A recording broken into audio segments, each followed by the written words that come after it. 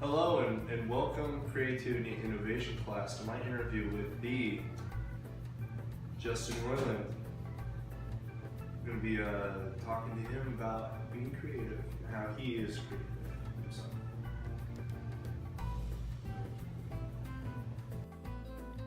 So Justin, tell me, what about your environment makes you so creative?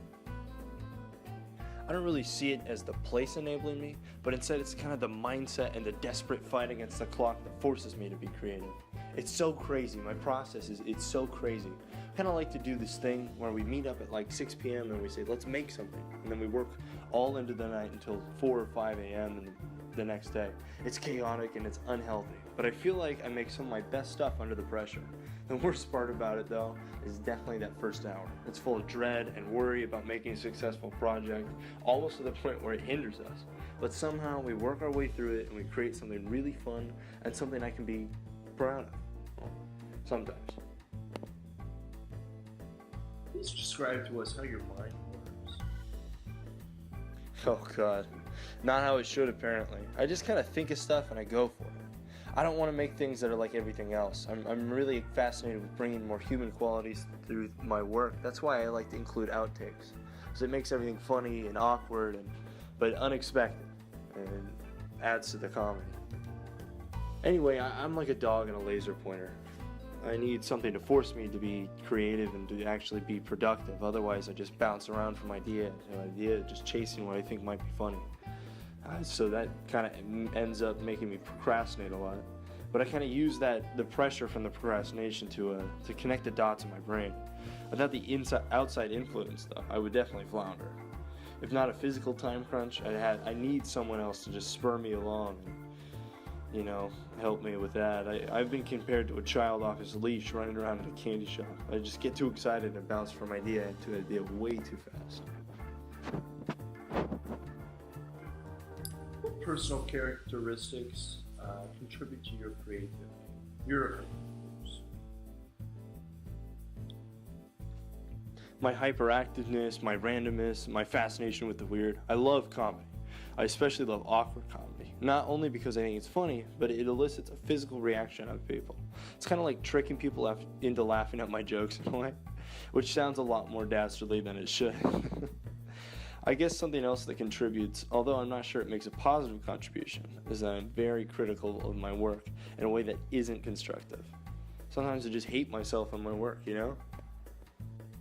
What barriers do you have to overcome?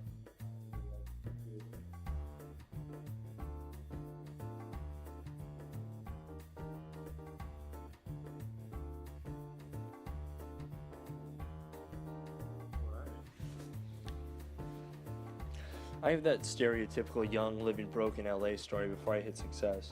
I lived in my car for a very small amount of time. Also, my Justin brand of comedy is not exactly a wide appeal style of comedy. For the longest time, I couldn't get anything made just because no studio in their right mind would take a risk on something stupid like Dog World or Goo Gahs.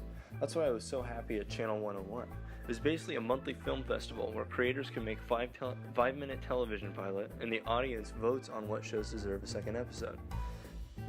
At Channel 101, I could bang out this 5-minute self-contained idea and put it out there for some feedback almost immediately. It was great, and it led to tons of ideas and concepts we've expanded on later.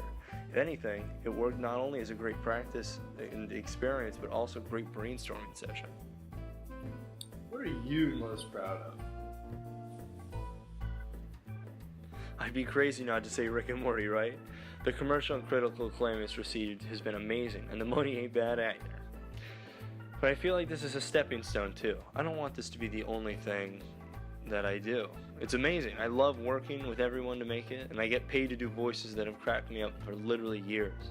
But honestly, I like the variety of doing plenty of things. Right now I'm in the process of making my VR company, Squanch Tendo. It's a virtual reality gaming company that's main focus is comedy-driven story and experiences.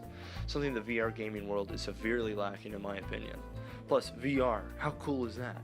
I mean, really, it's amazing stuff. For so long, I've dreamed the technology to be able to place me next to a zany cartoon character or in a whole new world, and now with this VR, these dreams are becoming a reality. The possibilities are literally endless, and I'm so beyond excited to finally be in a place that I can explore these possibilities with my own two virtual hands. Finally, I'm going to end this interview by asking, what is your best piece of advice you can offer to others to be more creative? Don't be afraid to let the reins loose a little bit. Too often people think too heavily on the profit aspect of making video. They forget to pay enough attention to what will make their work stand out. Also, make content you yourself want to see more of. If you're out there watching TV saying, oh geez, I sure wish there was more crime dramas involving talking fruits and vegetables, get out there and make it.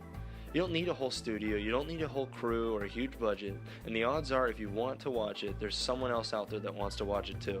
And then the ball starts rolling until a whole group of like 20 people want to watch your show. And then you've made it to the big time, boys. Alright, well that'll about do it for us today. Thank you for tuning in, and thank you, sir, for being here for the interview. Hope you all enjoyed it as much as I enjoyed interviewing him.